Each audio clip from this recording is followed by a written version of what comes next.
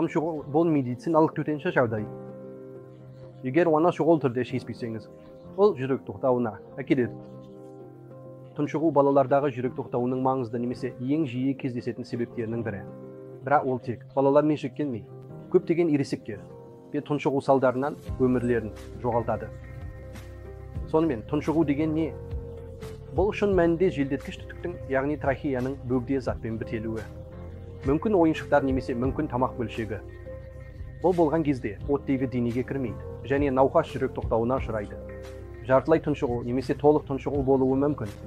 Жартылай тұншығу болғанда желдеткіш түтіктің тек бір бөлігі бітеледі және адам жөтелуге, дыбыс шығаруға қабілетті. Сол уақытта оны жөтелуге ынталандыру керек, сонда бөгде зат босап шығып кетуі мүмкін. Бірақ жартылай тұншығу толық тұншығуға айналғанда бұл бүкіл желдеткіш түтіктің толық бітелгенін білдіреді. Оның денесіне ешқандай оттегі кірмейді.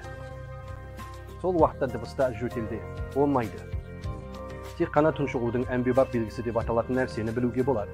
Онда науқас немесе адам мойнын осылай ұстайды.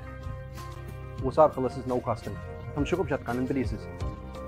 Сол жағдайда оның өмірін сақтап қалатын жалғыз нәрсе Хаймлих маневр деп аталатын әдіс. Бұл ересектер мен балалар үшін әртүрлі. Бүгін мен сіздерге осыны көрсетемін. Міне осылай Хаймлих маневрін жасайсыз.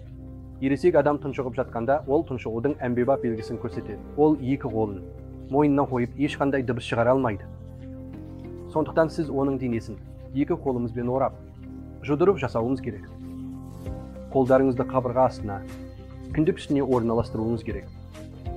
Жақсы ішкі қысым жасауыңыз керек. Бұл Хаймлих маневрі деп аталады. Мұнда ішке және жоғары қарай осылай 5 рет тартасыз.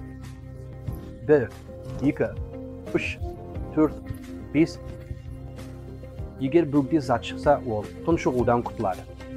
Бірақ егер тұншығу жалғаса берсе, сіз 5 рет арқадан соққы жасай аласыз. 1, 2, 3, 4, 5.